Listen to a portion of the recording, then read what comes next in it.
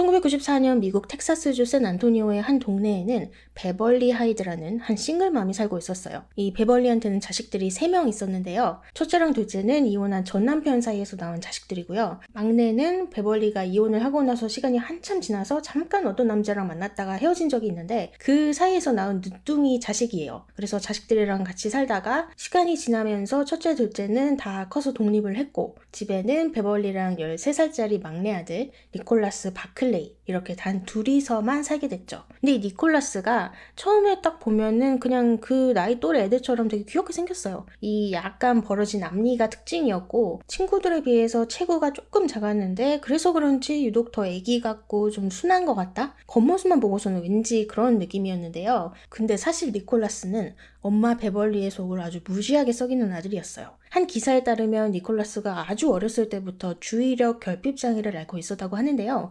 학교를 가면은 수업에 집중을 못하고 선생님한테 막 대들고 집에 와서는 엄마 말 안 듣고 거짓말하고 이런 반항적인 모습을 자주 보였다고 해요. 또 가끔씩 집을 나가서 며칠씩 안 들어오거나 나쁜 친구들이랑 어울리면서 뭐 여기저기서 물건을 훔치다가 적발되기도 하고 심지어 몸에다가 타투를 3개나 새겼대요. 이 13살밖에 안 된 애가. 그러니까 동네에서 정말 소문난 트러블 메이커였죠. 근데 또 이렇게 니콜라스가 엇나간 게 100% 니콜라스 탓이라고만 볼 수 없는 게 엄마 베벌리가요. 아주 심각한 나쁜 약 중독이었어요. 그래서 약간 맑은 정신으로 있는 시간이 되게 드물었는데 또 베벌리가 이 집안의 가장이다 보니까 생계를 책임져야 하잖아요. 그래서 던킨에서 야간 근무를 일주일 내내 일을 했대요. 근데 밤에 일을 하니까 일 끝나고 집에 오면은 새벽 6시. 그리고 바로 침대로 가서 잠을 자요. 그러다가 한 밤 8시쯤에 늦지막히 일어나서 출근 준비하고 출근을 하고 그 외에 깨어있는 시간에는 나쁜 약을 하고 이런 생활이 매일같이 반복이 되니 사실상 엄마가 아들을 케어할 시간도 없고 이 질풍노도의 시기에 있는 아들을 잘못된 길로 가지 않게 붙잡아주고 도와줄 그런 정신적인 여유도 없었던 걸로 보여요. 그래서 베벌리랑 니콜라스가 둘이 같이 붙어있는 시간이 별로 없는데도 불구하고 이상하게 얼굴만 마주치면 말다툼을 하고 그래서 집에 경찰이 출동하는 일이 되게 잦았고요. 니콜라스가 한 번은 자기 친구들이랑 근처 편의점을 털다가 걸렸는데 이게 스케일이 좀 컸나 봐요. 소년 범죄 사건으로 처리가 돼가지고 이 날짜에 법원에 참석해라 이런 명령까지 받게 됩니다. 상황이 이렇게 악화되자 엄마 베벌리는 자기 첫째 아들, 성인이 돼서 독립한 제이슨한테 SOS를 쳐요. 나 혼자서는 도저히 못 해먹겠다. 네가 우리 집에 와서 머물면서 니콜라스를 좀 케어해줘라. 그래서 당시에 24살이었던 제이슨이 집에 들어와서 같이 살게 돼요. 근데 제이슨도 딱히 뭐 좋은 상태는 아니었던 게 제이슨도 술 좋아하고 나쁜 약 문제도 되게 심했대요. 성격도 욱하는 편이었고요. 그래서 제이슨도 니콜라스랑 사사건건 부딪히게 되는데요. 그러던 6월 어느 날 니콜라스가 학교 끝나고 친구들이랑 농구를 하러 간다길래 베벌리가 그럼 놀다가 저녁 먹을 시간 되면 들어와라 얘기를 해요. 또 혹시 모르니까 손에 $5도 쥐어줬고요.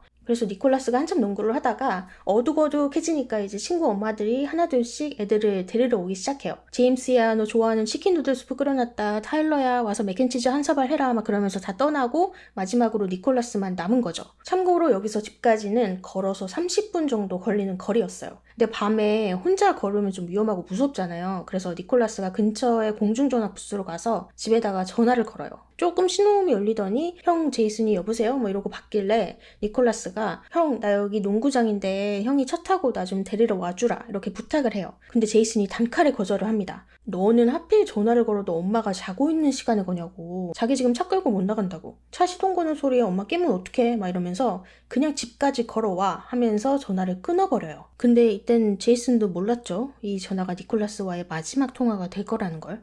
다음날 아침이 됐어요.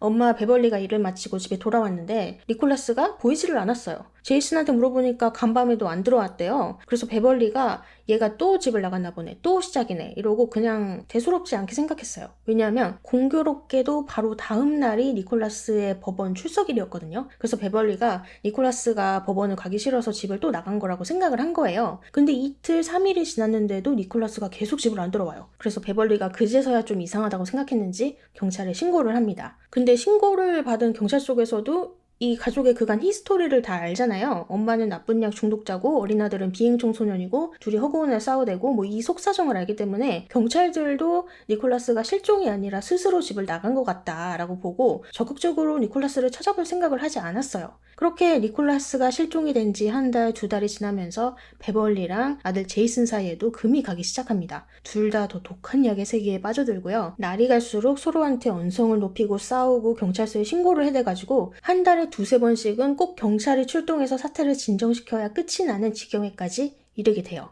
근데 니콜라스가 사라진 지 3달쯤 되던 어느 날 경찰서에 전화 한 통이 걸려옵니다. 그래서 받아보니까 또 제이슨인 거예요. 근데 이번에는 베벌리랑 싸우고 그런 것 때문에 건 게 아니었어요. 그럼 뭐 때문에 그러냐? 니콜라스가 살아있다고. 자기가 방금 동생 니콜라스를 봤대요. 걔가 집 차고에 무력으로 침입을 하려다가 자기랑 눈이 마주치니까 곧바로 달아났다는 거예요. 그래서 경찰이 집으로 바로 출동을 하는데요. 막상 가보니까 제이슨의 말이랑은 다르게 차고 문이며 뭐 주변이며 아무리 살펴봐도 누군가 억지로 뭐 침입하려는 물리적인 흔적 같은 게 아무것도 안 보였어요. 그리고 좀 이상한 게 제이슨 말대로라면 어쨌든 니콜라스가 집 근처까지 돌아온 거잖아요. 지금 동네 사람들 다 니콜라스가 실종된 상태라는 걸 알고 있는 상황이니까 걔가 그렇게 혼자 동네를 어슬렁거리면 누군가가 한 명쯤은 니콜라스를 봤다는 목격자가 나올 법도 한데 희한하게 제이슨 말고는 니콜라스를 봤다는 사람이 단 한 명도 없었어요. 그래서 제이슨의 주장에 의심을 품은 채로 별다른 증거를 얻지 못한 채 경찰은 그대로 철수를 하고요. 그 이후로 니콜라스는 실종 아동 명단에도 오르게 됐지만 이 사건은 점점 미궁 속으로 빠지게 됩니다. 그런데 1년이 지나고 2년이 지나고 3년째 되던 해 1997년에 정말 기적 같은 일이 일어나게 돼요. 바로 베벌리가 니콜라스가 발견됐다는 연락 한 통을 받게 된 거예요. 그것도 텍사스에서 약 8,300km나 떨어진 스페인의 한 남부 도시에서 말이죠.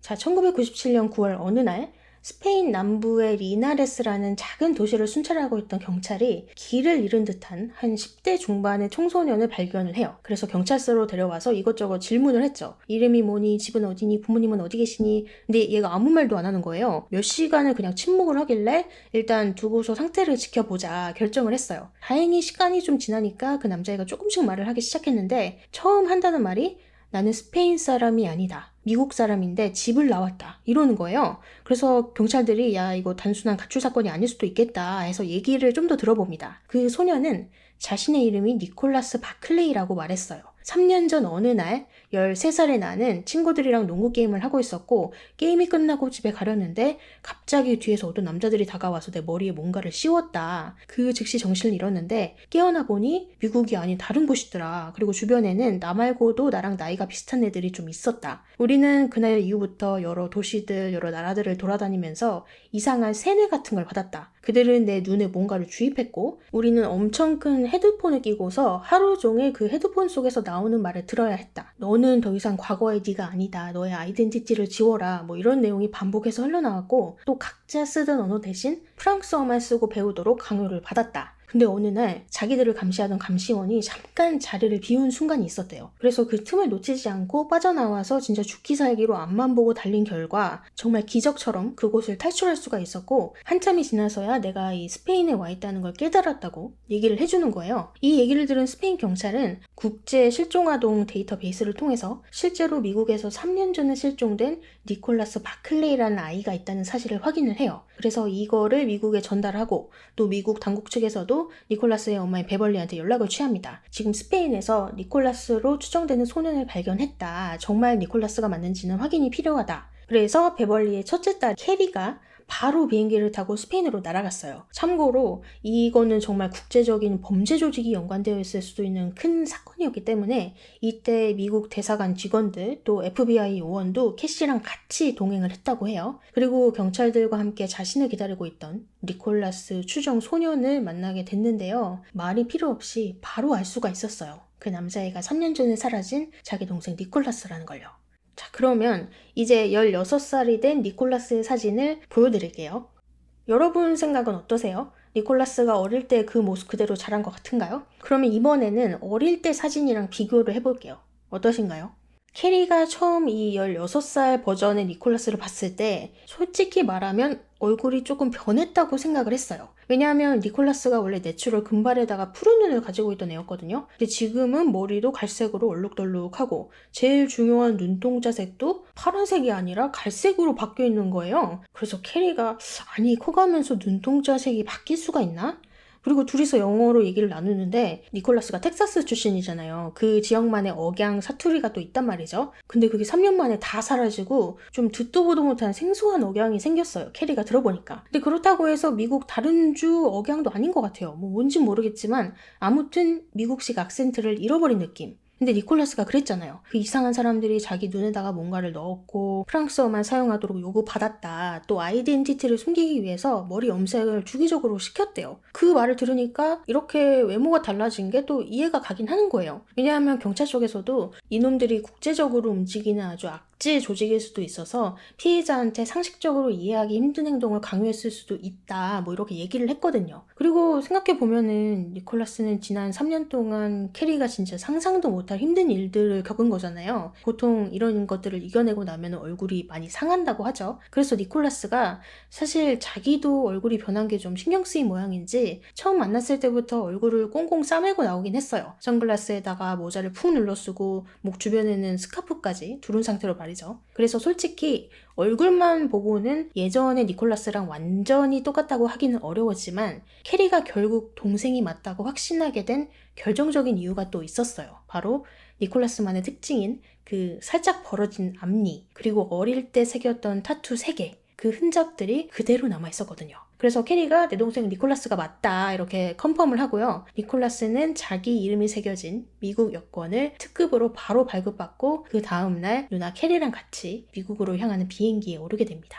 같은 시각 샌안토니오 공항에서는 니콜라스의 가족들, 엄마 베벌리, 또 캐린의 가족, 남편이랑 아이들이 나와서 니콜라스를 기다리고 있었어요. 마침내 니콜라스가 캐리랑 같이 짠 하고 모습을 드러낸 순간 다들 너무 벅차오르고 기뻐서 울고 뭐 달려가서 안고 정말 눈물의 상봉을 합니다. 단 엄마 베벌리만 빼고요. 베벌리는 생각보다 굉장히 침착하고 담담했는데요. 다들 뭐 달려가서 껴안고 이러고 할 때도 한 발 뒤로 물러서서 좀 관망하는 듯한 모습을 보였어요. 아니 어떻게 보면은 이 상황에서 가장 니콜라스를 기다렸을 사람인데 그런 모습은 다른 사람들한테도 조금 의외였죠. 물론 뭐 제일 마지막에 아들 안아주고 잘 왔다고 뭐 토닥여주기는 했어요. 근데 베벌리 이상한 태도는 여기에서 끝나지 않아요. 보통 부모라면은 3년 만에 돌아온 내 아들 당연히 내 집으로 데려가서 같이 살 거라고 생각을 하잖아요. 근데 베벌리는 니콜라스를 딸 캐린의 집으로 보내버려요. 왜냐하면 베벌리 말로는 자기가 그때도 여전히 야간 근무를 하고 있어서 니콜라스를 또 밤에 혼자 두고 막 케어하지 못하는 엄마가 되게 싫었대요. 그래서 니콜라스는 캐린의 집에서 같이 살게 됐는데요. 진짜 신기한 게 3년 동안 성격도 되게 많이 바뀌었는지 예전에는 니콜라스가 아주 입에 모터를 단 것처럼 말도 많았는데 지금은 되게 과묵해졌고 또 학교 생활이 그립다면서 학교를 되게 가고 싶어 했대요. 예전에는 학교 나가는 날보다 안 나가는 날이 더 많아가지고 문제였을 정도였는데 말이죠. 그래서 고등학교도 다니기 시작하면서 공부도 열심히 하고요. 일주일에 한 번씩 엄마도 만나러 가고 운전면허도 따고 하면서 천천히 적응을 하기 시작합니다. 그리고 한 달 반이 지나자 반가운 얼굴이 니콜라스를 보러 방문을 해요. 바로 제이슨.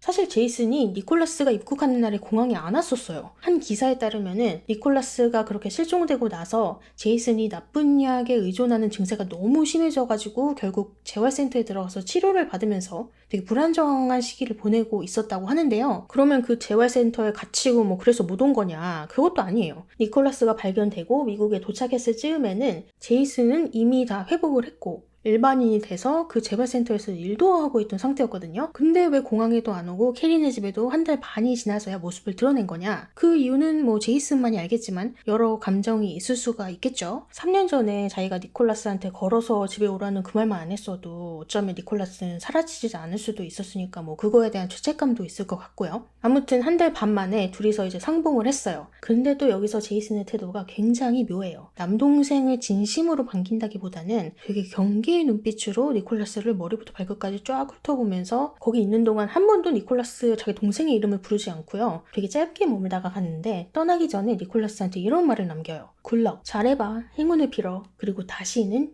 니콜라스를 보러 오지 않아요.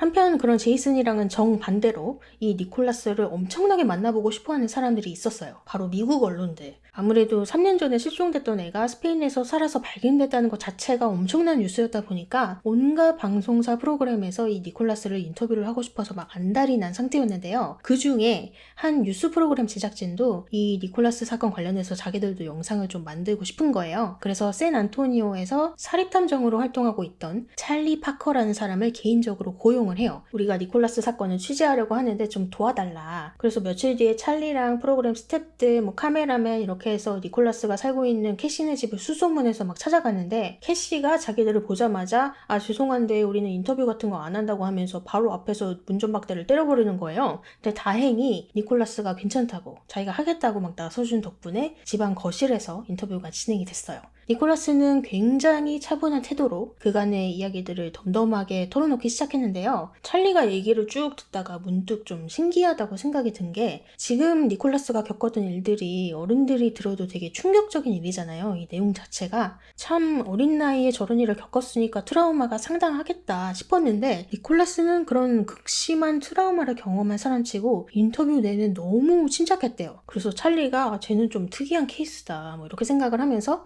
자연스럽게 거실 주변을 둘러보는데 거실 선반에 니콜라스 어릴 때 사진이 액자에 끼워져서 놓여져 있더래요. 그래서 그 어릴 때 사진이랑 지금 눈앞에서 인터뷰를 하고 있는 니콜라스랑 자연스럽게 번갈아서 보기 시작했죠. 근데 어느 순간 뭔가 이상한데? 라는 생각이 팍 들었다는 거예요. 그래서 바로 카메라맨한테 가서 귓속말을 했대요. 니콜라스 귀를 최대한 확대해서 찍어주시라고. 왜냐하면 이 사람의 귀가요, 저도 이번에 알게 됐는데 귀 모양이 우리 손가락 지문처럼 사람마다 다 다르고 평생 죽을 때까지 그 모양이 거의 변하지가 않는데요. 그래서 인터뷰 끝내고 찰리가 자기 사무실로 돌아와서 니콜라스 어렸을 때 사진이랑 인터뷰 속의 모습을 계속 보면서 그 귀를 비교해봐요. 근데 모양이 일치하지가 않는 거예요. 찰리는 바로 안과 의사들을 찾아갑니다. 거기서 사람이 인위적인 방법으로 눈동자 색깔을 바꾸는 것이 가능한지 물어요. 의사들의 대답은 불가능하다였고요. 다음으로는 언어 전문가를 찾아가서 13살짜리 미국인 아이가 3년 동안 자라면서 원어민 악센트를 완전히 잃고 다른 나라 억양을 갖게 되는 일이 흔한 일이냐고 물어요. 그리고 현실적으로 매우 어렵다라는 의견을 듣게 되죠. 찰리는 이 소년이 니콜라스가 아니라는 걸 확신하게 됩니다. 그리고 찰리 말고도 이 니콜라스의 정체를 의심하고 있던 인물이 한 명 더 있었어요. 바로 캐시랑 같이 스페인으로 날아갔던 인물 중에 한 명인 FBI 요원 낸시 피셔였는데요. 사실 FBI에서도 니콜라스가 미국으로 돌아온 이후부터 계속 니콜라스를 인터뷰하고 싶어 했어요. 근데 가족들이 싫다 이렇게 계속 거부를 해가지고 설득하느라 좀 애를 먹었었고요. 한 달쯤 지나서야 니콜라스랑 겨우 인터뷰를 할 수가 있었는데요. 첫인상부터 바로 수상하다고 느꼈대요. 낸시 말로는. 왜냐면 니콜라스 머리카락을 보는데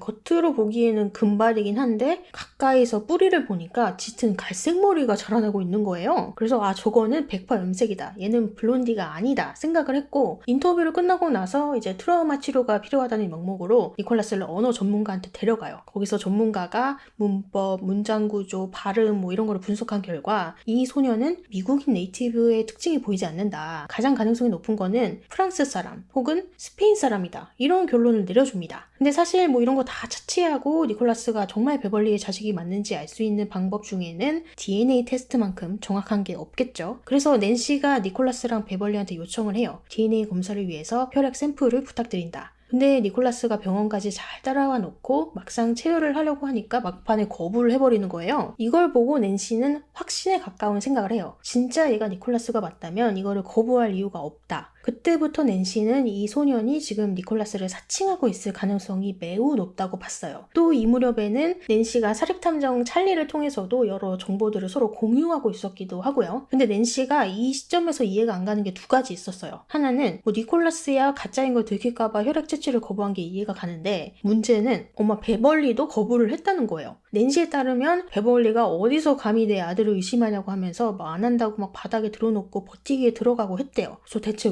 왜 거부를 한 거지? 이게 이해가 안 갔고 나머지 하나는 이 가짜 니콜라스가 정말 프랑스 사람 혹은 스페인 사람이 맞다면 왜 굳이 미국에서 실종된 아이를 사칭하는 걸까? 대체 무슨 목적으로 그러는 건지 이해가 안 갔대요. 그래서 설마 이거 그냥 단순한 사기꾼이 아니라 국제적인 스파이 뭐 이런 거 아니야? 이런 가능성까지도 진지하게 고려했다고 하는데요. DNA 확보에는 실패했지만 다행히 지문은 확보를 할 수가 있었어요. 그래서 인터폴 자료랑 대조를 해본 결과 이 소녀는 실종된 미국인 니콜라스 바클레이가 아닌 프랑스 국적의 23살 남성 프레데릭 보르딘이라는 사실을 확인합니다.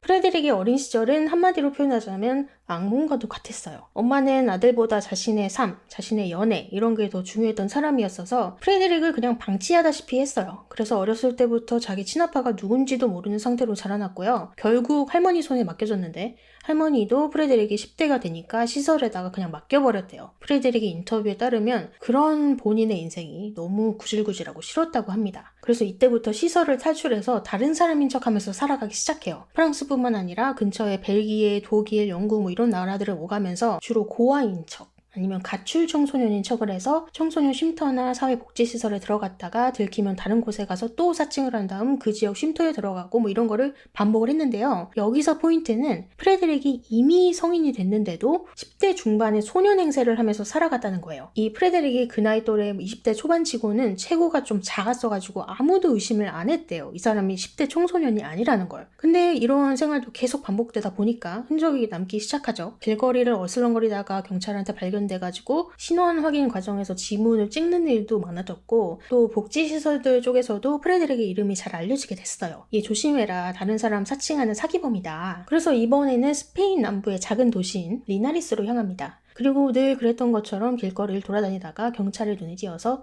경찰서로 가게 됐죠. 근데 여기서 프레데릭이 당황을 한 게 처음에는 당연히 자기가 누군지 말을 안 했대요. 왜냐하면 보통은 제가 누군지 모르겠어요, 뭐 기억이 안 나요 이런 식으로 말하면 경찰들이 알아서 복지시설로 보내줬거든요. 근데 스페인은 다른 거예요. 경찰이 네 정확한 이름이나 신분을 우리가 체크를 못하면 시설로 보내줄 수가 없다는 거예요. 그러면 결국 지문을 찍게 될 거고 그러면 내 진짜 신분이 뭔지 알게 될 거고 경찰을 속인 죄로 바로 감옥행이 되겠죠. 그래서 여기서 프레데릭이 급하게 머리를 짜내서 스토리를 만들어요. 나는 미국인이고 사실 집을 나와서 가출한 상태다. 혹시 미국에 있는 가족한테 연락을 해봐도 되겠냐. 그래서 경찰이 센터 같은 곳으로 데려가가지고 전화기를 쓰게 허락을 해줘요. 근데 경찰들이 다 나가고 나서 프레데릭이 어디에다가 전화를 거느냐. 미국에 있는 실종 아동센터에다가 전화를 겁니다. 그리고 이번에는 스페인 경찰 행세를 해요. 저는 조나단 듀리안이라고 하는 스페인 경찰인데 우리가 지금 미국 소년으로 보이는 아이를 보호하고 있습니다. 실종 아동 기록을 한번 확인해 볼 수 있을까요? 하면서 물어봐요. 그러니까 상대방이 혹시 그 아이가 어떻게 생겼는지 외모를 설명해 주실 수 있을까요? 해서 프레데릭이 대충 자기 외모를 설명을 해요. 키가 좀 작고 마른 체형에다가 뭐 턱이 돌출됐고 뭐 이런 대략적인 특징들 이렇게 말하면 대충 비슷한 특징을 가진 사람이 뭐 한 명쯤은 나오겠지 하고 그냥 던진 거예요. 근데 진짜 운이 좋았다고 해야 될까요? 마침 프레데릭도 니콜라스처럼 앞니 사이가 약간 벌어져 있었던 거예요. 그래서 앞니 얘기를 하니까 상대방이 지금 말씀 주신 설명이랑 일치하는 아이가 있습니다 하고 니콜라스의 정보를 알려주게 된 거죠. 그래서 이제 니콜라스가 언제 실종됐고 뭐 어떻게 실종됐는지 이런 자세한 정보들을 다 알았어요. 전화를 끊고 나서 이거다, 나는 이제부터 니콜라스다 하면서 엄청 자신이 생겼대요. 왜냐하면 흑백으로 된 니콜라스 실종 전단지를 찾아보니까 외모가 나랑 좀 비슷한 것 같기도 뭐 이런 생각이 들었거든요. 근데 컬러로 된 전단지를 다시 받아보니까 아니 이게 웬일, 피부색도 그렇고 머리 색깔, 눈동자 색깔 그냥 자기랑 너무 다른 사람인 거예요. 그래서 진짜 망했다, 얘랑 나는 눈, 코, 입 달려있고 손가락, 발가락 10개씩 붙어있는 거 빼고는 닮은 게 하나도 없네 막 하는데 사진을 또 자세히 계속 보니까 유일하게 닮은 게 하나 있었어요. 바로 그 벌어진 앞니. 그래서 프레데릭이 이대로 죽으라는 법은 없구나 생각을 하고 머리를 바로 금발로 탈색을 하고요. 몸에는 즉석으로 타투를 새기고 3년간 니콜라스가 어떤 생활을 했는지 이야기를 만들어요. 뿐만 아니라 생년월일, 부모 이름, 뭐 형제 자매 이름, 주소, 실종 날짜 등등을 달달 외우기 시작하죠. 실제로 이 프레데릭이요, 한번 읽으면 거의 다 기억할 정도로 암기력이 굉장히 뛰어났대요. 뭐 다른 사람을 완벽하게 연기하려면 그 정도의 능력은 필요했겠죠. 아무튼 그렇게 만반의 준비를 다 한 것 같아도 니콜라스의 누나 캐리를 만나는 되는 날에는 조금 긴장이 되더래요. 바로 들킬까봐 좀 두렵기도 하고. 근데 예상과는 다르게 캐리가 보자마자 자기를 덥석 안길래 이게 통한다고? 이러면서 속으로 되게 놀랐다고 하고요. 미국에 도착한 후에는 나도 이제 새 삶을 시작할 수 있구나 되게 벅찼다고 해요. 근데 막상 살아보니까 자기가 상상했던 미국 생활이랑은 좀 다른 거예요. TV에서 봤던 미국 사람들은 수영장 딸린 큰 집에다가 멋진 자동차 여러 대 몰고 다니고 뭐 이러면서 뭔가 화려한 이미지였는데 지금 자기가 살고 있는 캐린의 집은 트레일러 집이고 주변에 큰 건물들도 없는 시골이고 그래서 미국 생활의 로망이 와장창 깨지기는 했는데 자기 인생 처음으로 자기를 아껴주는 가족이라는 게 생겼고 같이 모여 앉아서 TV 보고 뭐 밥 먹고 차 타고 쇼핑몰 가고 이런 평범한 일상들이 너무 좋았대요. 그래서 미국에 도착한 첫날부터 사실 들킬까봐 두려워서 단 하루도 잠을 제대로 잔 날이 없었고 누가 집 문을 두드리기만 해도